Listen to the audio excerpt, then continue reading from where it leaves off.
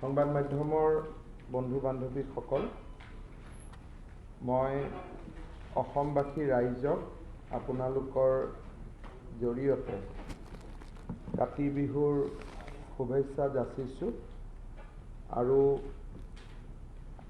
সকলোৰে সুস্বাস্থ্য আৰু মংগল কামনা কৰিছোঁ। পুনৰ এবাৰ অসমবাসী ৰাইজক শাৰদীয় দুৰ্গা পূজা অতি সাৱধানতাৰে সৈতে পালন কৰিবলৈ বিনম্ৰ অনুৰোধ জনাইছোঁ। কাতি বিহুৰ লগে লগে আজিৰ পৰা নৱৰাত্ৰিৰো আৰম্ভ হৈছে। মই সমূহ ৰাইজক নৱৰাত্ৰিৰো শুভকামনা যাচিছোঁ। আজি আমাৰ সংবাদ মেলখনত আমি 2 নৱেম্বৰৰ পৰা অসমৰ বিদ্যালয় আৰু মহাবিদ্যালয়সমূহ মুকলি কৰাৰ যি সিদ্ধান্ত লৈছোঁ, তাৰ প্ৰটোকল কি হ'ব বা আমি কেনেধৰণে বিদ্যালয়বিলাক বা মহাবিদ্যালয়বিলাক আমি খুলিব গৈ আছোঁ, তাৰ বিষয়ে আমি আলোকপাত কৰিম। কিন্তু তাৰ ঠিক আৰম্ভণিতে মই COVID-19ৰ এটা অতি সংক্ষেপতে আপোনালোকক এটা ষ্টেটাছ দিব বিচাৰিছোঁ।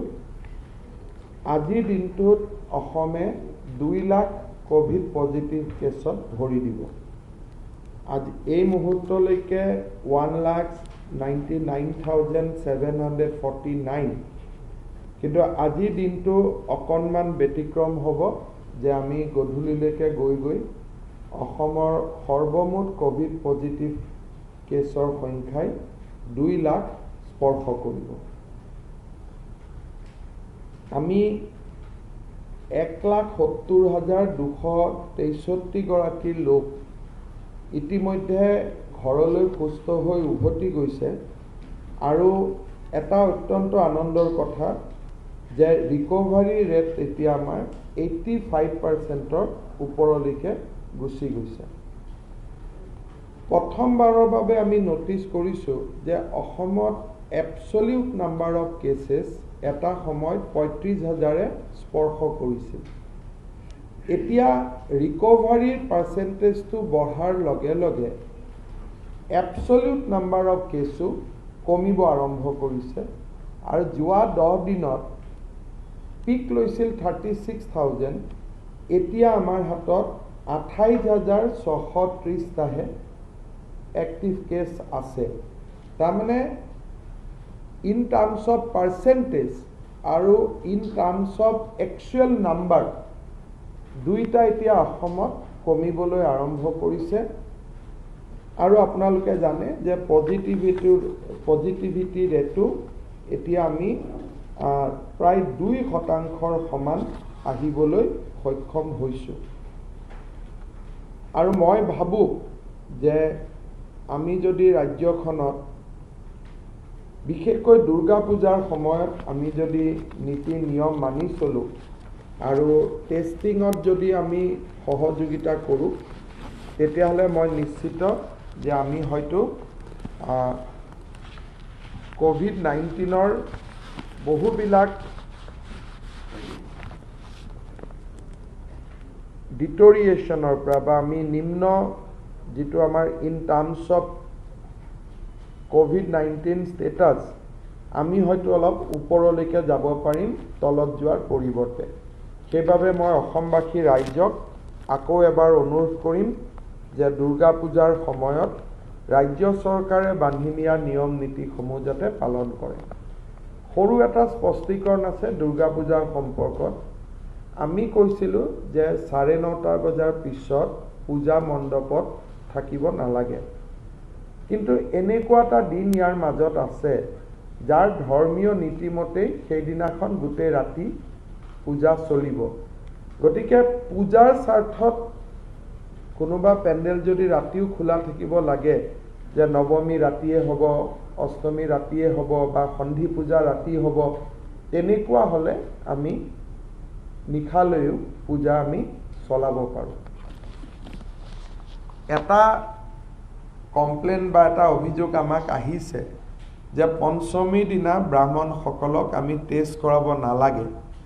কিন্তু এটা কথা মই সদাশয় ৰাইজক ক'ব খুজিছোঁ, যদি আমি টেষ্ট নকৰোঁ আৰু মানুহজন যদি পজিটিভ, 4 দিনেই শান্তি নিৰ্মালি দিয়াৰ সময়ত তেওঁ ক'ভিড বিতৰণ কৰি থাকিব আৰু তাৰ ফলত আমাৰ গোটেই প্ৰচেষ্টাটোৱেই নোহোৱা হৈ যাব। গতিকে কোনোবাই পঞ্চমীত কৰিলে নতুন পুৰোহিত বিচাৰি উলিয়াব, দিগদাৰ হ'ব। চতুৰ্থীত কৰক, আমাৰ ক'বলগীয়া একো নাই। কিন্তু টেষ্টিং কৰিব লাগে, কাৰণ ব্ৰাহ্মণজন ভক্তসকলৰ ইমান ওচৰত থাকিব যে তেওঁলোক পজিটিভ হৈ থাকিলে গোটেই পৰিৱেশটোৱে বিনষ্ট হৈ পৰিব। সেইবাবে মই এই ক্ষেত্ৰতো ৰাইজক প্ৰাৰ্থনা জনাম যে কোনোবাই যদি পঞ্চমীত ব্ৰাহ্মণজনক টেষ্ট কৰাব নোখোজে, চতুৰ্থীতে কৰক, কিন্তু ব্ৰাহ্মণজন যাতে ক'ভিড নিগেটিভ থাকে সেইটো আমাৰ বাবে অত্যন্ত গুৰুত্বপূৰ্ণ। গতিকে দুৰ্গা পূজাৰ সম্পৰ্কত মই আপোনালোকক সৰু দুটা স্পষ্টীকৰণ দিলোঁ। এতিয়া আজিৰ প্ৰেছ কনফাৰেন্সৰ মেইন বিষয়টোলৈকে আহিছোঁ। আপোনালোকে জানে যে আমি 3টা ভাগত আৰু অলপ আগত গ'লে 4টা ভাগত বুলি ক'ম যে আমাৰ শিক্ষা ব্যৱস্থা 4টা ভাগত বিভক্ত হৈ আছে।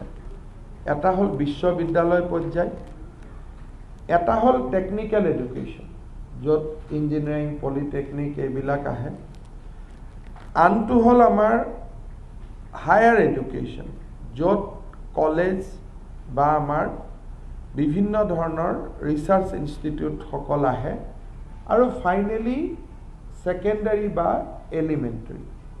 গতিকে আমি সিদ্ধান্তবিলাক লওঁতে প্ৰতিটো পৰ্যায়ৰ ছাত্ৰ ছাত্ৰী আৰু অভিভাৱকসকলৰ কথা চিন্তা কৰি আমি অহা 2 নৱেম্বৰৰ পৰা অসমৰ শিক্ষানুষ্ঠানসমূহ মুকলি কৰাৰ সিদ্ধান্ত লৈছোঁ। প্ৰথমতে আমি ক'ব খুজিছোঁ যে বিশ্ববিদ্যালয় মুকলিৰ ক্ষেত্ৰত ৰাজ্য চৰকাৰে কোনো নিৰ্দেশ নিদিয়ে। আমি বিশ্ববিদ্যালয়ৰ স্বতন্ত্ৰতাক সন্মান জনাই বিশ্ববিদ্যালয়ৰ এক্সিকিউটিভ কাউন্সিলৰ ওপৰত আমি এৰি দিছোঁ যে তেওঁলোকে বিশ্ববিদ্যালয় কেতিয়া খুলিব, কেনেকৈ খুলিব আৰু কি নিয়ম তেওঁলোকে পালন কৰিব।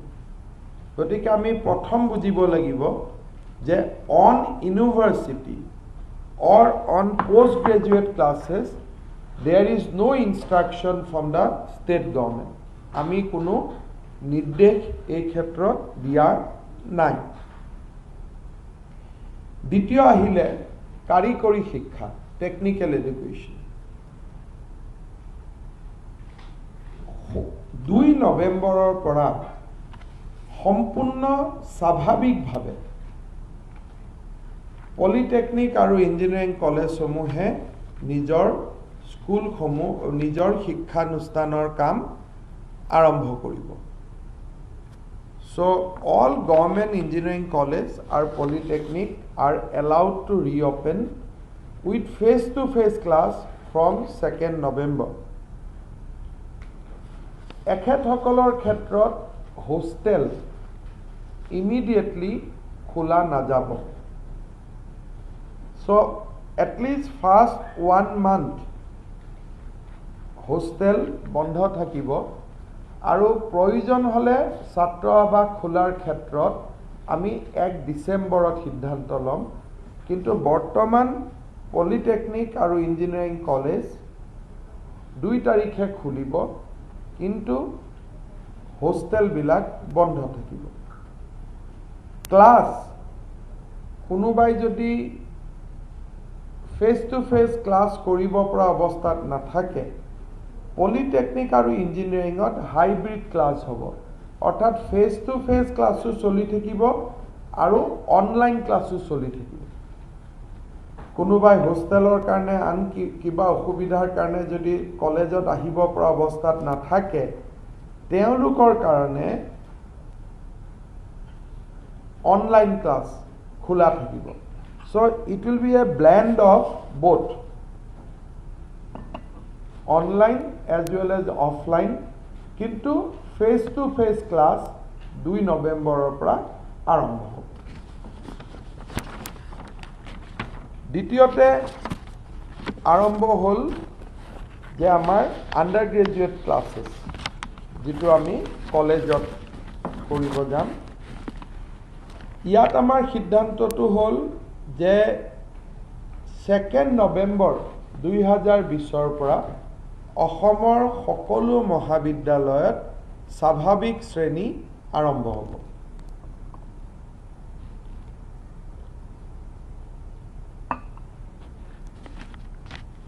পাৰ ছেকশ্যনত আমি কলেজৰ অধ্যক্ষসকলক কৈছোঁ যে কোভিড প্ৰটোকল মানি কোনো ছেকশ্যনতে 20ৰ পৰা 25 জনৰ ওপৰত ল'ৰা ছোৱালীক পঢ়ুৱাব নালাগে। এনেকুৱা কিছুমান শ্ৰেণী থাকে, পলিটিকেল চায়েন্স, অসমীয়া, য'ত 200-300লৈকে ষ্টুডেণ্ট থাকে। এইবিলাকৰ ক্ষেত্ৰত আমি তেওঁলোকক কৈছোঁ যে সৰু সৰু ছেকশ্যন আপোনালোকে কৰি ল'ব, কিন্তু এটা ক্লাছত যিকোনো কাৰণতে more than 25 ষ্টুডেণ্ট হ'ব নালাগে। যদি হল হয় যে নহয় আমি ৰুমত নপঢ়াওঁ, হলত পঢ়াওঁ, ক্লাছটোৰ চাইজত যিহেতু আমি 20-25 কৈছোঁ, হলৰ চাইজত সমানুপাতিকভাৱে আমি ষ্টুডেণ্ট বঢ়াব পাৰোঁ। ইট ইজ এ লাৰ্জ হল। তাতে আমি ঠিক কৰিছোঁ যে পলিটিকেল চায়েন্সত আমাৰ ষ্টুডেণ্ট বহুত, গতিকে আমি অডিটৰিয়ামত ক্লাছ কৰিম। In that case proportionately number of the students can be increased, but standard classroom the maximum students should be 20 to 25, তাৰ ওপৰত নহয়। UG first semester, under graduate first semester সপ্তাহত 2 দিন হ'ব, Monday and Thursday. First semester UG হ'ব সোমবাৰ আৰু বৃহস্পতিবাৰ। যিটো UG থাৰ্ড সেমিষ্টাৰ, তেওঁলোক হ'ব মঙল, বুধ আৰু শুক্ৰবাৰ। UG থাৰ্ড সেমিষ্টাৰ মঙল, বুধ আৰু শুক্ৰ। আৰু যিটো ফিফ্থ সেমিষ্টাৰ, তেওঁলোকে ক্লাছ কৰিব মঙল, বুধ, শুক্ৰ, শনি। মঙল, বুধ, শুক্ৰ, শনি। তাৰমানে first semester will have 2 days, second semester will have 3 days, আৰু fifth semester will have 4 days of education. So obviously দুটামান দিনত থাৰ্ড আৰু ফিফ্থ সেমিষ্টাৰ দুইটা অহাৰ কাৰণে basically Tuesday, Wednesday and Friday there will be, তাত অলপ ভিৰ বেছি হ'ব। সেইখিনি সময়ত আমি কলেজ কৰ্তৃপক্ষক মেক্সিমাম ক্লাছৰুম ব্যৱহাৰ কৰিব অনুৰোধ কৰিছোঁ, আৰু চিফ্ট কৰি যে আগবেলা যদি ফিফ্থ ইয়াৰক আমি ক্লাছ কৰিছোঁ, ছেকেণ্ড ইয়াৰত, থাৰ্ড ইয়াৰক আমি পিছবেলা ক্লাছ কৰিব লাগে, চ' ডেট 25 নৰ্মছটো কোনো কাৰণতে ভঙা নাযায়। First semester will be Monday and Tuesday, Monday and Thursday, sorry. First semester Monday, Thursday. Second semester class নাই বৰ্তমান। Third semester Tuesday, Wednesday, Friday. আৰু fifth semester Tuesday, Wednesday, Friday, Saturday. Hostel বন্ধ থাকিব। সেইকাৰণে কোনোবা ষ্টুডেণ্টে হেণ্ডিক বা কটন বা B Barua কলেজত পঢ়া ষ্টুডেণ্ট লখিমপুৰৰ পৰা যদি নাহি লখিমপুৰৰ কলেজখনতো টেম্পৰাৰী এনৰোল কৰি ল'ব খোজে, তাৰ নিৰ্দেশ আমি ৰাজ্য চৰকাৰে দিছোঁ যে they may not come to Guwahati, they may not come to Dibrugarh, but they can enroll themselves as a temporary student in their native places. এমাহৰ কাৰণে 1 ডিসেম্বৰৰ পৰা আমি হোষ্টেল খুলি দিয়াৰ সিদ্ধান্ত লৈছোঁ, but not in the 1st November, from the 1st December.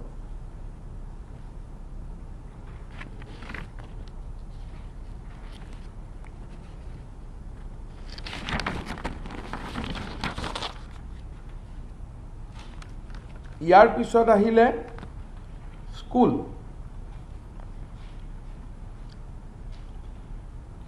পঞ্চম মান শ্ৰেণীলৈকে স্কুল বন্ধ থাকিব আপ টু ক্লাছ 5th। আৰু আমি অসমৰ প্ৰাইভেট স্কুলবিলাককো আমি মানা কৰিছোঁ যে পঞ্চম মান শ্ৰেণীলৈকে কোনেও যাতে স্কুল আৰম্ভ নকৰে আপ টু ক্লাছ 5th। অৱশ্যে মিড ডে মিল আনিবৰ কাৰণে গাঁৱত পঢ়া স্কুলৰ ষ্টুডেণ্টসকল স্কুলত যাব পাৰিব। আৰু স্কুলত যাওঁতে শিক্ষকসকলে দুই এটা পৰামৰ্শ দিয়া, তেওঁলোকৰ লগত কিবা প্ৰশ্ন যদি চাব দিছিল ওলাই অনা বা একাডেমিক ডিছকাশ্যন কৰা, এই পাৰ্টটো LP স্কুলত খোলা থাকিব। গতিকে মিড ডে মিল বিলাবৰ কাৰণে নিৰ্দিষ্ট কৰা দিনত ষ্টুডেণ্ট আহিব আৰু শিক্ষকৰ লগত ইনফৰ্মেল একাডেমিক এক্সচেঞ্জ কৰিব, কিন্তু ক্লাছ নহয়। So 1 to 6 will remain suspended. 1 to 5. 6ৰ পৰা ক্লাছ আৰম্ভ হ'ব।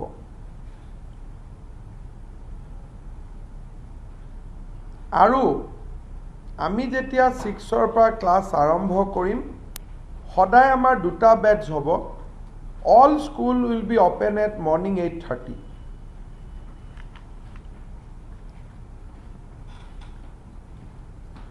8:30ৰ পৰা 12:30লৈকে এটা ক্লাছক পঢ়োৱা হ'ব আৰু 1:30ৰ পৰা 4:30লৈকে এটা ক্লাছক পঢ়োৱা হ'ব।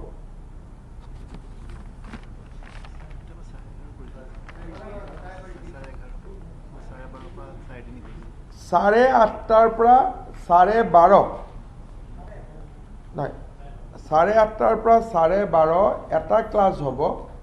কিন্তু কোনোবা স্কুলত যেহেতু লাঞ্চ ব্ৰেক আদিৰ কথা থাকে, কোনোবাই যদি আপ টু 11:30 তিনি ঘণ্টা কৰিব খোজে, আমাৰ আপত্তি নাই। কিন্তু আমি ভাবিছোঁ যে কেইটামান ক্লাছ 4 ঘণ্টা হওক, কেইটামান 3 ঘণ্টা হওক। So' one session will be 8:30 to 12:30। Next session will be 1:30 to 4:30। ৰাতিপুৱা 4 ঘণ্টা, গধূলি 3 ঘণ্টা। প্ৰথম 15 দিন অৰিয়েণ্টেশ্যন হ'ব, তাৰ পিছত ক্লাছ নিয়মীয়াকৈ আৰম্ভ হ'ব।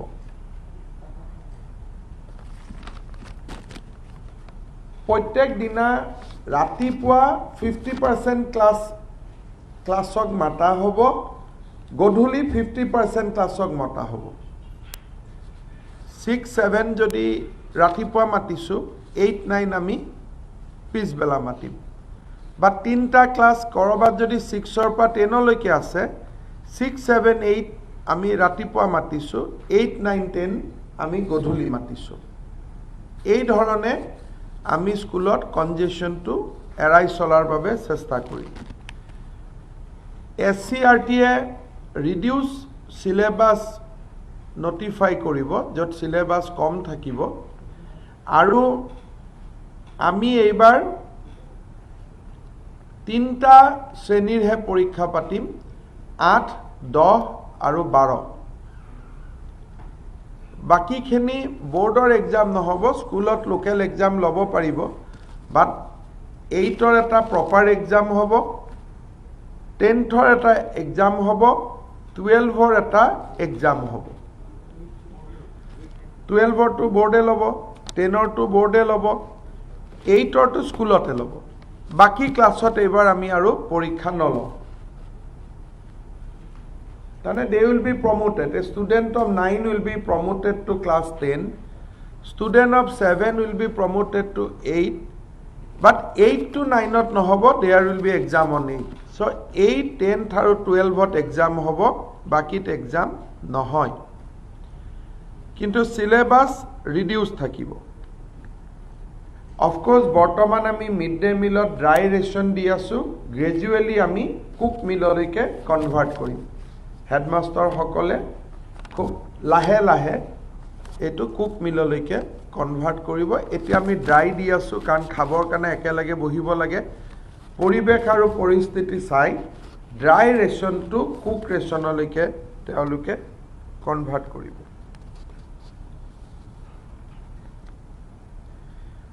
1 to 5ৰ ওপৰত আমি ডিচেম্বৰত সিদ্ধান্ত ল'ম, আৰু ৰেচিডেন্সিয়েল স্কুলসমূহৰ ক্ষেত্ৰতো আমি ডিচেম্বৰ মাহত সিদ্ধান্ত ল'ম। এটা কথা আমি স্পষ্ট কৰি দিব খুজিছোঁ, কোনোবা অভিভাৱকে যদি ষ্টুডেণ্টক শ্ৰেণীত নপঠাবলৈ সিদ্ধান্ত লয়, তেওঁলোকক আমি যিটো কয় যে ইমান এটেণ্ডেঞ্চ নহ'লে কলেজত পৰীক্ষা দিব নোৱাৰিব, এইবাৰ সেইটো কথা নাথাকে। যদি কোনোবা গাৰ্জেনে ভাবে যে মই ষ্টুডেণ্টক নপঠাওঁ, ঘৰতে মই তেওঁলোকক পঢ়ুৱাম, তেওঁলোকৰ এটেণ্ডেঞ্চত কোনো অসুবিধা নহয়। So' joining schools will be a voluntary exercise. এইটো এটা নিজৰ দেউতাক মাকে সিদ্ধান্ত ল'ব। চেনিটাইজেশ্যন চলি থাকিব, আৰু আমাৰ হেল্থ অথৰিটিৰ লগত প্ৰত্যেকখন স্কুল সম্পৰ্কত থাকিব। Periodic testing of COVID-19 will be continued. গতিকে আমি বাকী ইন ডিটেইল যি প্ৰট'কল আছে ডিচিসকলক স্কুলক আমি জনাই দিম। এইখিনি ধাৰণাৰ ওপৰতে আমি 2 নৱেম্বৰৰ পৰা অসমৰ বিদ্যালয় মহাবিদ্যালয়সমূহত শ্ৰেণী আমি আৰম্ভ কৰাৰ বাবে সিদ্ধান্ত লৈছোঁ। Up to the private school. কোনোবা প্ৰাইভেট স্কুলে যদি অনলাইনত চলাই থাকিব খোজে, ফেচ টু ফেচ কৰিব নোখোজে, আমাৰ আপত্তি নাই। কিন্তু খুলিব খুজিলে তেওঁলোকে খুলিব পাৰে। সকলো ক'ভিড চেণ্টাৰ আমি প্ৰাইভেট স্কুল আৰু স্কুলবিলাকৰ পৰা এতিয়া প্ৰত্যাহাৰ কৰা হৈছে।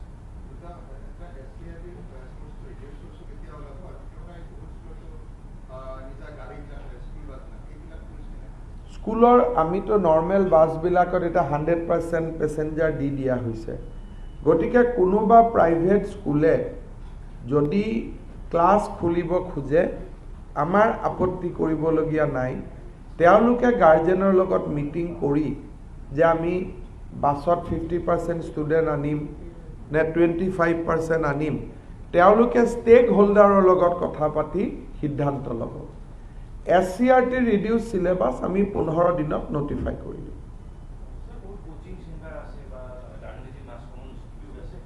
25টা লেভেলত এটা ষ্টেণ্ডাৰ্ড ক্লাছৰুমত 20ৰ পৰা 25জন ষ্টুডেণ্টেৰে tuition, coaching class, coaching centre সকলো খুলিব পাৰে। কিন্তু 20ৰ পৰা এটা ষ্টেণ্ডাৰ্ড যিটো ক্লাছৰুম, সেই ষ্টেণ্ডাৰ্ড ক্লাছৰুমটোত 20ৰ পৰা 25ৰ ওপৰত ষ্টুডেণ্ট হ'ব নালাগে। চেনিটাইজেশ্যন থাকিব লাগিব, আৰু হেল্থ অথৰিটিয়ে যদি টেষ্ট কৰিব খোজে COVID-19, তেওঁলোকে না ক'ব নোৱাৰিব, বাধ্যতামূলকভাৱে তেওঁলোকে চেম্পল দিব লাগিব। যদি স্কুল খোলে তেতিয়াহ'লে এইটো প্ৰট'কল ল'ব লাগিব যে 6 এনেকৈ, 7 এনেকৈ, 8 এনেকৈ, নিয়মটো এইটো। কিন্তু যদি স্কুল নুখোলো বুলি ভাবে, আমি তাত জোৰ নকৰোঁ। কিন্তু স্কুল যদি খুলিব খোজে, প্ৰট'কল এইটোৱে ল'ব লাগিব। This protocol is for both government and private school.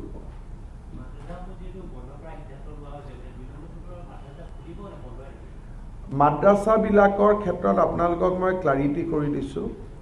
মাদ্ৰাছাবিলাক আমি নৱেম্বৰত সাধাৰণ স্কুললৈকে কনভাৰ্ট কৰিম আৰু ফ্ৰেছ বেটছ অফ ষ্টুডেণ্ট যি এডমিট হ'ব তেওঁলোকে হাইস্কুল বুলি এডমিট হ'ব আৰু যি পঢ়ি আছে তেওঁলোকে পঢ়াটো পাৰ কৰি দিব। But by this time name will be change, madrasa board will be dissolve আৰু খালি 9-10ত যোন ফাইনেল ইয়াৰত আছে তেওঁলোকে পাছ কৰি যাব, ফ্ৰেছ এডমিশ্যন ৰেগুলাৰ ষ্টুডেণ্টৰ হ'ব আৰু ৰেগুলাৰ টিচাৰ আমি তাতে দিম আৰু নৱেম্বৰ মাহত ইয়াৰ ডিটেইল SOP ওলাব। জানুৱাৰীত যিহেতু প্ৰথম এডমিশ্যন হ'ব সেইকাৰণে আমি খৰখেদা কৰা নাই, আমি সেইমতে উলিয়াই দিম। সংস্কৃত টুলবিলাক কুমাৰ ভাস্কৰ বৰ্মা সংস্কৃত বিশ্ববিদ্যালয়ৰ অধীনত যাব। টুল শিক্ষা আমি নচলাওঁ তাত টুলত, কিন্তু সেইবিলাক অনুষ্ঠান ভাৰতীয় সভ্যতা সংস্কৃতিৰ অনুসন্ধান কেন্দ্ৰলৈ ৰূপান্তৰিত হ'ব আৰু সেই শিক্ষকসকলক আমি কুমাৰ ভাস্কৰ বৰ্মা সংস্কৃত বিশ্ববিদ্যালয়ত দি দিম। টুলৰ ইনফ্ৰাষ্ট্ৰাকচাৰ আমি কুমাৰ ভাস্কৰ বৰ্মা সংস্কৃত বিশ্ববিদ্যালয়ক দিম। তেওঁলোকে সেই চেণ্টাৰবিলাকত ইণ্ডিয়ান কালচাৰ, নেশ্যনেলিজিম, আমাৰ যিটো সভ্যতা তাৰ ওপৰত তেওঁলোকে কিছু লাৰ্ণিং চেণ্টাৰ তেওঁলোকে নিৰ্মাণ কৰিব।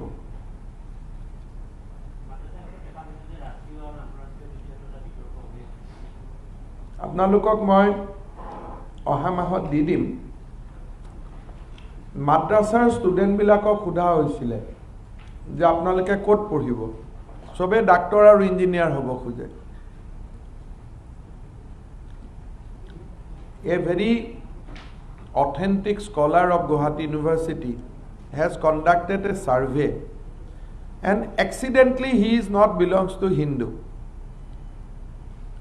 He has done the scholastic exercise, but accidentally he also belongs to a Islamic religion.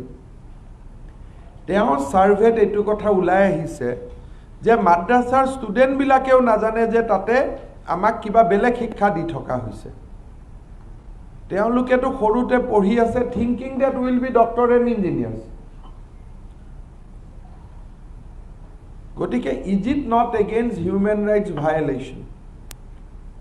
তেওঁলোকে পঢ়ি আছে যে আমি ডাক্তৰ হ'ম, ইঞ্জিনিয়াৰ হ'ম, এই বুলিহে পঢ়ি আছে। আৰু তাৰ ওপৰত গুৱাহাটী বিশ্ববিদ্যালয়ৰ পৰাই প্ৰকাশ হৈছে ৰিচাৰ্চ পেপাৰ, আপোনালোকে পঢ়ি ল'ব। গাৰ্জেনে নাজানে যে আমি মাদ্ৰাছাত পঢ়ি আছোঁ। গাৰ্জেনে কয় মোৰ ল'ৰা ডাক্তৰ ইঞ্জিনিয়াৰ হ'ব লাগে। তাৰমানে মাজত এইটো কি চলি আছে নবডি নোজ। গভৰ্ণমেণ্ট স্কুল দেখি এডমিশ্যন লয়, ভাবে ইয়াত এডমিশ্যন ল'লে মোৰ ল'ৰা ডাক্তৰ ইঞ্জিনিয়াৰ হ'ব বা যিটো নৰ্মেল হ'ব। এখন যে থিঅলজিকেল স্কুল হয় এই কথাটো গাৰ্জেনেও নাজানিছিলে। এটলিষ্ট আমি যিবিলাক ৰিচাৰ্চ পেপাৰৰ ওপৰত ফ'ল' কৰিছোঁ সেইটো কথা। দ্বিতীয়তে আপোনালোকে বহুত ক্ষেত্ৰত দেখা পাব বহুত ইছলামিক স্কলাৰে গভৰ্ণমেণ্টে মাদ্ৰাছা চলোৱাৰ বিৰোধী। সেইকাৰণে মই ভাবোঁ যে ইয়াত বিতৰ্কৰ কোনো কথা নাই। আপোনালোকে এটা কথা জানিব যে ইকুইভেলেন্স ডিগ্ৰীৰ নামত মাদ্ৰাছাত ল'ৰা পাছ কৰিলে মেট্ৰিক বুলি ডিক্লেয়াৰ হৈ যায়, টুলতো ল'ৰা পাছ কৰিলে মেট্ৰিক বুলি ডিক্লেয়াৰ হৈ যায়। আজি যি ষ্টুডেণ্ট আছে এই ষ্টুডেণ্টসকল অকল ইকুইভেলেন্সৰ কাৰণে পঢ়ি আছে। এটা নৰ্মেল মেট্ৰিকুলেট পাছ কৰা ল'ৰা এটাৰ কাৰণে অন্যায় কৰা হয় যে মই অংক, গণিত, বিজ্ঞান পঢ়ি মেট্ৰিকুলেট হ'লোঁ আৰু কোনোবাই ইকুইভেলেন্স ডিগ্ৰী পাই গ'ল। সেইকাৰণে আমি অকল মাদ্ৰাছা চলোৱাই নহয়, মাদ্ৰাছা শিক্ষাক সাধাৰণ শিক্ষাৰ আমি মৰ্যাদা দি ৰাখিছিলোঁ, which is not correct. Madrasa degree ল'লে আমাৰ আপত্তি নাছিলে, কিন্তু ইকুইভেলেন্স ডিগ্ৰী দি আমি এই গোটেইকেইটাত অকল বেকডোৰ মেট্ৰিক পাছ কৰাৰ এটা চেণ্টাৰ আমি বনাই লৈছিলোঁ। আপোনালোকে দেখিব যে তাতে খালি বেকডোৰ মেট্ৰিক পাছ কৰাৰে এটা ৰাস্তা চলি আছিল বহুত ক্ষেত্ৰত। কাৰণ কোনোবাই মাদ্ৰাছা এডুকেশ্যন পালে সেৱাত পৰীক্ষা নিদিয়াকৈ মেট্ৰিক কেনেকৈ হ'ব পাৰে।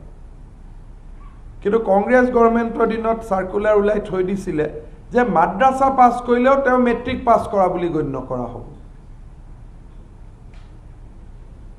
এইবিলাক আজিৰ চাৰ্কুলাৰ নহয়, কোনোবা 80s চাৰ্কুলাৰ, কোনোবা 90s চাৰ্কুলাৰ।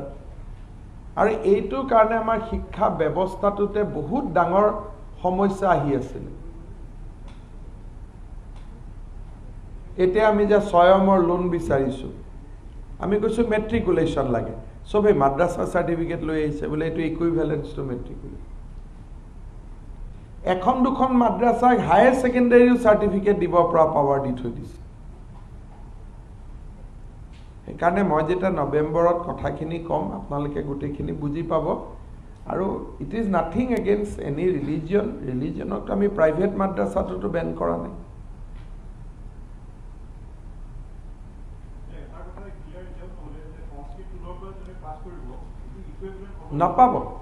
নাপাব ক্লিয়াৰ ইকুৱেলিটি। সংস্কৃত পঢ়িব পাৰিব, কিন্তু তোলৰ পঢ়া দি মেট্ৰিকৰ সমকক্ষ হ'ব নোৱাৰে কোনো।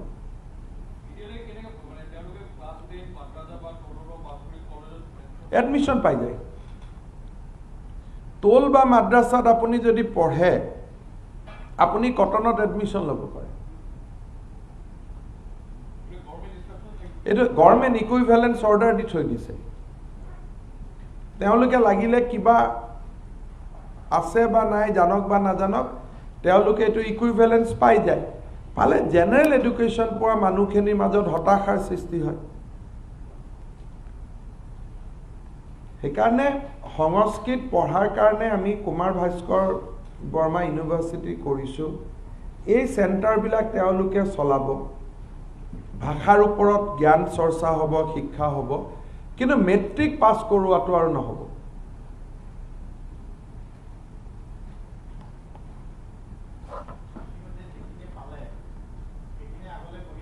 তেওঁলোকক আপুনি কি কৰিব? তেওঁলোকক সেইটোতো কোৰ্টত গ'লেই অৰ্ডাৰখন, মই যদি আজি ভাঙিও দিওঁ তেওঁলোকে কোৰ্টত গ'লেই মোৰ অৰ্ডাৰখন একেদিনাই কোৱাজ হৈ যাব। মইহে হাঁহিয়াতৰ পাত্ৰ হ'ম যে এবাৰ দি পেলাই কেনেকৈ উত্তৰ কৰিছে। চক তেতিয়াতো তোলতো ইছ্যু হ'ব লাগে। এইটো ইলেকশ্যন ইছ্যু কেনেকৈ হ'ব? কাৰণ ইছলামিক মানুহে নিবিচাৰে গভৰ্ণমেণ্টে মাদ্ৰাছা চলোৱাটো। ইট ইজ এ ৰং কনচেপশ্যন।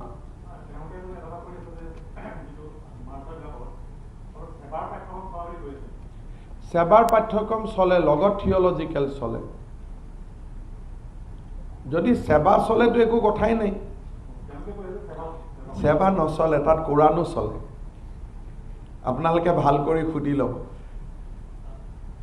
তাত আমি এপইণ্টমেণ্টে দিওঁ ফৰ থিয়লজিকেল, তেওঁলোকে শব্দটো থিয়লজিকেল ছাবজেক্ট বুলি কয়। দে উইল বি দেয়াৰ, দৰমহা পাই থাকিব। till their retirement they will continue.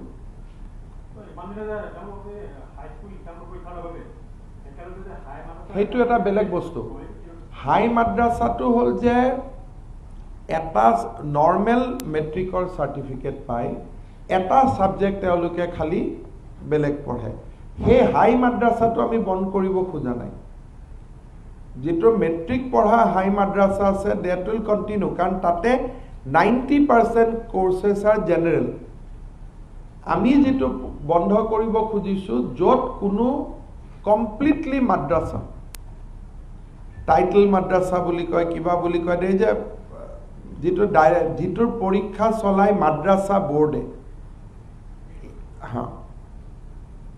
এইবিলাক যি মেট্ৰিক হাই মাদ্ৰাছাৰ আমি ৰিজাল্ট দিওঁ সেইটো এটা বেলেগ, সেইটো এই মাদ্ৰাছা নহয়।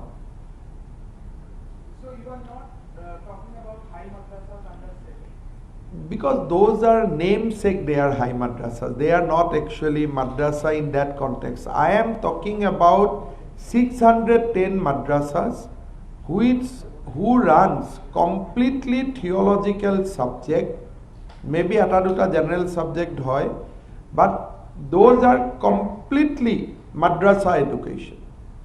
Their even exams are different. And we spend 260 crores annually on them. Under the madrasa runs under the state Sebar under. সেইখিনি চলিব তাত বহুত কৰিবলগীয়া একো নাই because those are normal school এটা সাবজেক্ট কিবা আৰবিক নে কি পঢ়াই মানে এইবিলাক সাদুল্লাহ সাহেব যেতিয়া অসমৰ মুখ্যমন্ত্ৰী বা প্ৰধানমন্ত্ৰী আছিলে these are legacy of Muslim League governments in Assam তেতিয়াই তেওঁলোকৰ এইবিলাক খুলিছিলে আৰু কিছুমান মাদ্ৰাসা বহুত পুৰণা মাদ্ৰাসাও আছে তাৰ পিছত কংগ্ৰেছ গভৰ্ণমেণ্টৰ সময়ত প্ৰথমতে 30-40 খন মাদ্ৰাসা আছিলে 600 এতিয়া যাওঁতে যাওঁতে বাঢ়ি 610 হ'ল এতিয়া যি প্ৰাদেশিকৰণ হ'ব ৰখি আছে another 300 মাদ্ৰাসা তাৰমানে আমি বন্ধ নকৰিলে it would have crossed 1000 আৰু মাল্টিপল ইনক্ৰিজ হৈছে বহুত প্ৰাইভেট মাদ্ৰাসাও গভৰ্ণমেণ্টলৈকে কনভাৰ্ট কৰি লৈছিলে হা পঢ়ি চেছ কৰিব নতুন এডমিশনবিলাক জেনেৰেল হ'ব পুৰণাখিনি শিক্ষকখিনিতো আছেই মই বিশ্বাস কৰোঁ 100% ষ্টুডেণ্ট কনভাৰ্ট হৈ ল'ব নৰ্মেল এডুকেশ্যনত বিকজ তেওঁলোকে নিজেও নাজানিছিলে গতিকে তেওঁলোকৰ অপশ্যন থাকিব যে তোমালোকে নৰ্মেলত আহিলে আহিয়া নাহিও যদি কয় যে নহয় আমি সোমালো যেতিয়া আমি ওলাই যোৱাৰ সুবিধাটো কৰি দিম ফাইনেল ইয়াৰলৈকে পঢ়িব কিন্তু নতুন এডমিশনবিলাক জেনেৰেল হ'ব স্কুলখনৰ নাম জেনেৰেল হৈ যাব সব বদলি যাব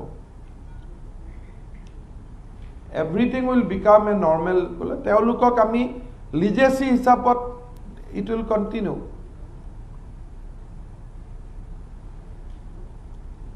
আর কোনো এটো ক্রিটিসাইজ নকৰে সবে ভালে পাইছে ইয়াত কোনো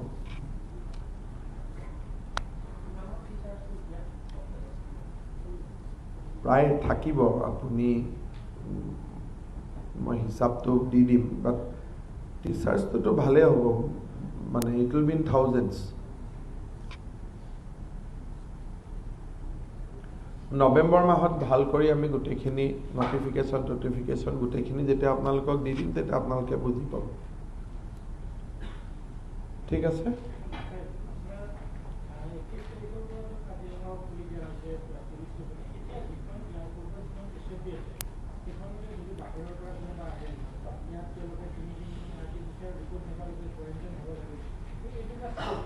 এইটো চেঞ্জ যিমানেই হ'ব যে অহা 1 তাৰিখৰ পৰা তেওঁলোকে যদি নিজৰ ডেষ্টিনেশ্যনত টেষ্ট কৰি আহে ইয়াত নতুনকৈ আৰু টেষ্ট কৰিব নালাগে তেওঁলোকে যদি অহাৰ আগতে সাপোজ মই দিল্লীৰ পৰা আহিছোঁ অসম দিল্লীত যদি তেওঁলোকে 48 ঘণ্টাৰ আগতে টেষ্ট কৰি আহে তেতিয়াহ'লে আৰু অসমত টেষ্ট কৰিব নালাগে কিন্তু এই নিৰ্দেশটো আমি আজিয়ে দিয়া নাই কিয় পূজাৰ পিছৰ পৰিৱেশটো অন্তত এসপ্তাহ আমি চাই ল'ব খুজিছোঁ সো 1 নৱেম্বৰত বহুবিলাক ৰিলেক্সেশ্যন আমি দেখা পাম কিন্তু তাৰ আগতে পূজাৰ পিছত 2-3 দিন আমি অপেক্ষা কৰি ল'ব খুজিছোঁ RT-PCR টেষ্ট কৰি আহিব লাগিব আৰু ICMR ৱেব পৰ্টেলত ৰিজাল্টটো আপলোড থাকিব লাগিব তেতিয়া ইয়াত আৰু তেওঁলোকে নতুনকৈ টেষ্ট কৰিব নালাগে কিন্তু that order will be issued only with effect from 1st November গতিকে এয়াৰপোৰ্টতো মোটামুটি বহুতখিনি কমি যাব মেডিকেল কলেজৰ ক্লাছ চলি আছে নহয় ফেচ টু ফেচ চলি আছে এডমিশনো ল'ব ক্লাছ আৰম্ভ হ'ব কাৰণ হোষ্টেলত নাথাকিব এবাৰ ডিফুটো এডমিশন হ'ব বিনা হোষ্টেল ফিজিক্যাল ক্লাছ আৰম্ভ হ'ব আৰু মেডিকেলৰ ফাইনেল MBBSক আমি হোষ্টেলতো থাকিব দিছোঁ already they are there for last 2-3 months 85% মই চাই দিম বাট এইবাৰ আমাৰ বেচিকেলি 85টা সিট যোৱাবাৰতকৈ বাঢ়িব ফ্ৰম ডিফু যোৱাবাৰ যিমান সিট আছিলে তাৰ লগত 85 যোগ হ'ব আৰু এটা মই আপোনালোকক অনুৰোধ কৰি থৈছোঁ আপোনালোকৰ থ্ৰুদি আমাৰ বহুত ল'ৰা ছোৱালীয়ে EWS চাৰ্টিফিকেট নুলিয়ায় এই যে সাধাৰণ জাতিয়ে EWS চাৰ্টিফিকেটখন উলিয়াব লাগে এই কথাটো আমি নাজানো সেইকাৰণে আমাৰ বহুত ল'ৰা ছোৱালীয়ে পিছত গম পোৱাৰ পিছত কোৰ্ট কাছাৰীত যোৱা হুলস্থুল কৰি দিয়ে সেইকাৰণে এইবাৰ যেতিয়া ফৰ্ম ফিল আপ হ'ব মই সকলোকে অনুৰোধ কৰিম যাতে EWSৰ চাৰ্টিফিকেটখন লগত ৰাখে কাৰণ বহুতবিলাক ষ্টুডেণ্ট সিট এইবাৰ EWSৰ কাৰণে ৰিজাৰ্ভেশ্যন হ'ব number of seats will be very high মই অলপ উদ্দেশ্য প্ৰণোদিতভাৱে কৈছোঁ যে আমাৰ ল'ৰা ছোৱালীয়ে EWS চাৰ্টিফিকেট নোলোৱাৰ কাৰণে এই সুবিধাবিলাক আন কিছুমান মানুহে লৈ আছে আৰু যোনে জানিব লাগে জানে যে আমি EWS উলিয়াব লাগে কিন্তু আমাৰ মানুহবিলাকে নাজানে কাৰণে EWSৰ সুবিধা লোৱা নাই বহুত দিল্লী বা বম্বেৰ কলেজতো আমাৰ ল'ৰা ছোৱালী এডমিশ্যনৰ পৰা বঞ্চিত হৈছে EWS চাৰ্টিফিকেট নোলোৱাৰ কাৰণে সেইকাৰণে ইকনমিকেলি উইকাৰ ছেকশ্যনৰ চাৰ্টিফিকেট আমি সকলোৱে এপ্লাই কৰি হাতত ল'ব লাগে মেডিকেল ইঞ্জিনিয়াৰিং এডমিশ্যনৰ সময়তো তাক ব্যৱহাৰ কৰিব লাগে হ'ব ধন্যবাদ 22 তাৰিখে ৰাতিপুৱা 22 তাৰিখে ৰাতিপুৱা 9 বজাত আমি গণেশগুৰি ব্ৰিজখন উদ্বোধন কৰিম বুলি মনত ভাবি থৈছোঁ খালি এটাই কথা আছে যে এবাৰ গাড়ীটো চলাই চাওঁ ক'ৰবাত যদি কিবা ৰিপেয়াৰিং লাগে কিবা লাগে কিন্তু মোটামুটি 22 তাৰিখ ৰাতিপুৱা 9টা বজাত আমি প্লেনিং কৰি থৈ দিছোঁ কিন্তু অকণমান কাৰিকৰীভাৱে মই এতিয়াও ক্লিয়াৰেন্স পোৱা নাই 18-19 তাৰিখে ইঞ্জিনিয়াৰসকলে ইনস্পেক্ট কৰি দিব তাৰপিছত ধন্যবাদ